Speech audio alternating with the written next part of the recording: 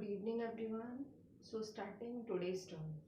So in today's term again we are going to study about the chapter AC. जो chapter AC है उसमें आपने phasors के बारे में पढ़ा था कि फेजर्स क्या होते हैं, रोटेटिंग वेक्टर्स हैं, और इस कंडीशन में EMF या फिर पोटेंशियल डिफरेंस और करंट को स्केलर की जगह वेक्टर क्वांटिटीज़ माना गया है क्योंकि इनको ऐड करने के लिए वेक्टर लॉस का यूज़ करेंगे। और ये जो है because these are considered in AC तो डायरेक्शन कंटिन्यूसली चेंज कर रहे हैं, इसलिए ये क्वांटिटीज़ जो है यहाँ पर फेजर डायग्राम में शो की जाती हैं। तो फेजर्स को स्टडी करने के बाद जो आपका नेक्स्ट टॉपिक आता है उसमें हम वेरियस सर्किट डायग्राम्स को स्टडी करेंगे और उन सर्किट डायग्राम्स में जो भी कंपोनेंट्स लगे हैं उनके अकॉर्डिंग EMF के साथ करंट की वैल्यू में क्या वेरिएशन होता है वो फाइंड करना है और उसको फेजर डायग्राम में रिप्रेजेंट करना है। तो सबसे पहले जो सर्किट हमने कंसिडर किया है, जिस सर्किट के बारे में हम डिस्कस करने वाले हैं, that is AC circuit containing only a resistor। एक ऐसा सर्किट जिसमें सिर्फ एक रेजिस्टर लगा है। तो what is the effect on current with the value of EMF। तो सबसे पहले जो सर्किट होगा हमारा वो इस तरीके का है। This is the source of AC and this is resistor of resistance R। So suppose that one current is flowing here, that is I, और जो EMF है यहाँ provided, that is I is equal to psi naught sin omega t। Okay, so now to drive it, कैसे इसको drive करना है, इसके लिए सबसे पहले जो हमें पता होता है वहीं से स्टार्ट करते हैं। EMF गिवन है और वो है psi naught sin omega t। Find करनी है आपको करंट। तो करंट फाइंड करने के लिए जो करंट का रिलेशन होता है उससे भी स्टार्ट कर सकते हैं। दो तरीके हैं, जैसे अभी आपने पीछे किया था, मैंने कहा था कि करंट का जो रिलेशन है I, that is psi upon the resistance, और यहाँ से जब वैल्यू पुट करते हैं तो psi not sin omega t upon R and it becomes I not. एक तो ये मेथड है। दूसरा मेथड आ जाता है ओम्स लॉ। ओम्स ये वाला जो है ये ओम्स लॉ ही है। दूसरा मेथड आता है किरचॉफ्स लॉ, जो आपका KVL है, किरचॉफ्स वोल्टेज लॉ, उसके अकॉर्डिंग ये क्लोज्ड लूप है। ये जो है EMF है, तो EMF किसके इक्वल होता है, the sum of products of current and resistance. तो यहाँ करंट I है और रेजिस्टेंस बस एक लगा है, तो ये किसके इक्वल होगा, psi is equal to IR। अब यहाँ से अगर हम I की वैल्यू फाइंड करते हैं तो psi अपॉन है, और अगर यहाँ से करते हैं तो directly we are using Ohm's law, क्योंकि यहाँ पर जो पोटेंशियल डिफरेंस है, ओम्स लॉ में ये V होता है पोटेंशियल डिफरेंस, तो यहाँ जो पोटेंशियल डिफरेंस है वो जो है इसी के इक्वल होगा जो प्रोवाइडेड EMF है। तो दोनों से फिलहाल जो करंट का रिलेशन आएगा that will be this I not sin omega t। यानी कि इससे पहली चीज़ क्लियर हो रही है कि जो EMF है और जो करंट है दोनों में कोई भी फेज डिफरेंस नहीं है, क्योंकि दोनों का फेज एंगल सेम है ओमेगा t। ओके, अब इसको सबसे पहले तो आपको ग्राफ से शो करना है, ग्राफिकल रिप्रेजेंटेशन। तो this is x axis, this one is y। सबसे पहले हम ग्राफ बनाते हैं EMF का। Suppose that EMF is represented by this. ये ग्राफ किसका है, EMF का। करंट का भी ग्राफ सेम ही चलेगा, सेम पॉइंट से स्टार्ट होगा, सेम टाइम मैक्सिमम होगा, सेम टाइम जीरो होगा और माइनस होगा। तो इसको एक अलग डॉटेड लाइन से रिप्रेजेंट कर देते हैं। ये किसका ग्राफ है, करंट का।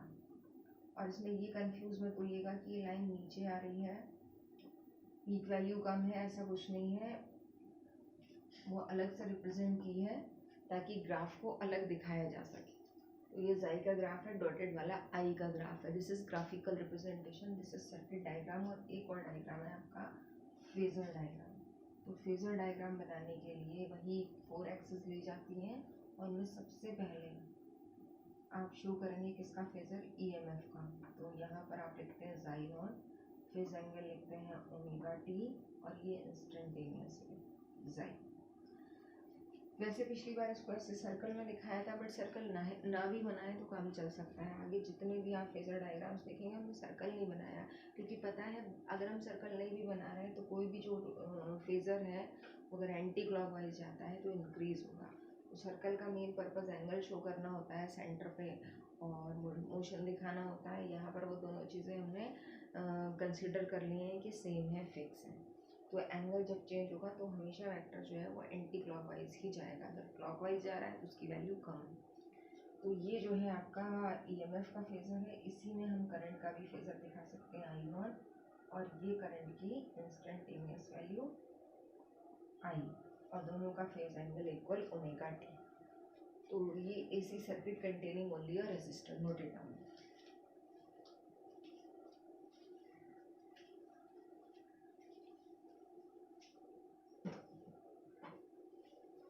अब आते हैं हम नेक्स्ट सर्किट पर। तो मैं ये रेस करके दूसरे सर्किट से स्टार्ट करती हूँ, दैट इज व्हाट। अब है आपका AC circuit containing only an inductor. Inductor के बारे में आपको बताया है ईएम इंडक्शन चैप्टर में। इंडक्टर का मतलब कोई भी कॉइल, वो इंडक्टर ट्रीट की जाती है। तो कॉइल बोले आप, सोलेनॉइड बोले या फिर inductor, all these three things are same. तो यहाँ पर इसको रिप्लेस सिंबल में भी चेंज होना चाहिए। इंडक्टर का सिंबल हम ऐसे बनाते हैं और इसकी होती है सेल्फ इंडक्टेंस एल। तो अब इस वाले सर्किट में सबसे पहले तो इतना पार्ट हमें पता है कि इसका जो ईएमएफ है वो है sine naught sine omega t. अब यहाँ से आपको करंट फाइंड करनी, तो फिर से केवीएल ही अप्लाई होगा, क्योंकि इसमें ओम्स लॉ नहीं लग सकता, रजिस्टर की कंडीशन में अप्लाई करते हैं। केवीएल के हिसाब से जो क्लोज्ड लूप है उसमें ईएमएफ जो हम प्रोवाइड कर रहे हैं जाई, लेकिन जब भी इंडक्टेंस होती है, इंडक्टर लगा होता है, तो एक बैक ईएमएफ उसमें फ्लो होता है अपोजिट डायरेक्शन में। उसकी वैल्यू याद होगा आपको, जाई is equal to minus L D I over D T. ये ईएमएफ इसमें बैक है अपोजिट डायरेक्शन में। तो अब हमें नेट ईएमएफ फाइंड करना पड़ेगा। तो ये ईएमएफ माइनस ये ईएमएफ, वो होगा नेट ईएमएफ। तो साई इज इक्वल टू जो हम ईएमएफ प्रोवाइड कर रहे हैं ये है साई इक्विवेलेंट। जो हम ईएमएफ प्रोवाइड कर रहे हैं वो साई, वो माइनस इसमें से क्या माइनस होगा, L D I over D T. ये नेट जो ईएमएफ है ये किसके इक्वल होगा, केवीएल के equal, the product of current and resistance. लेकिन यहाँ कोई रेजिस्टेंस है ही नहीं, तो ये जो है आपका केवीएल के according this will be equal to zero.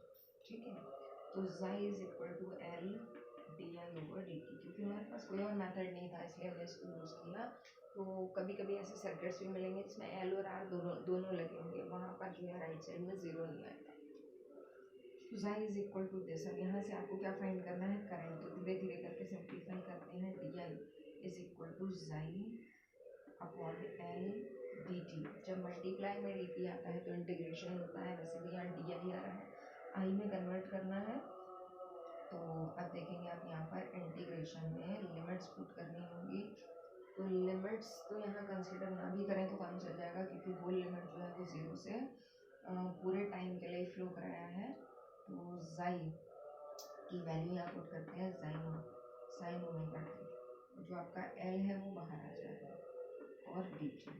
ठीक है, अब ये आपका जो है जाई not, it is also taking outside जाई नॉट अपॉन एल, और इंटीग्रेशन साइन के अंदर sign omega T D T, और साइन नॉट अपॉन एल जो है आपका, क्योंकि ईएमएफ अपॉन इंडक्टेंस, और इंडक्टेंस भी क्या कर रही है अपोज, तो इट में बी ट्रीटेड एज रेजिस्टेंस।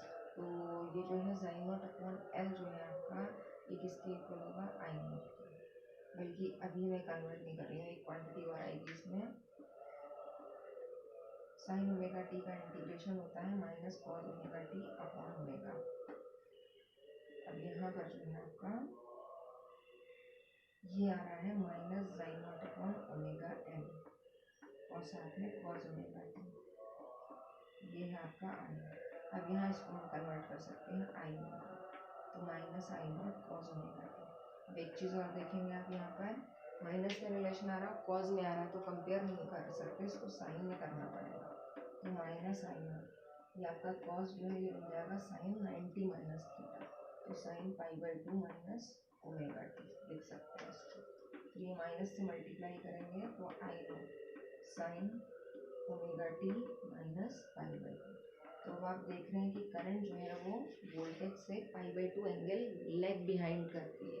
तो अगर इसका फेजर डायग्राम शो करें तो ये फेजर आ जाता है ईएमएफ का।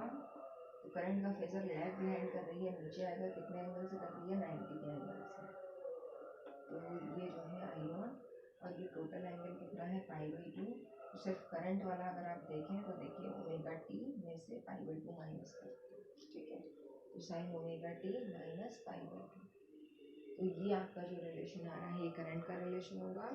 और अगर आप इसको जो है डायग्राम में ऐसे शो करें तो ये ईएमएफ और करंट लैग बिहाइंड कर रही है, तो यहाँ से स्टार्ट होगी इस तरीके से। तो understand this and revise this. Okay, thank you.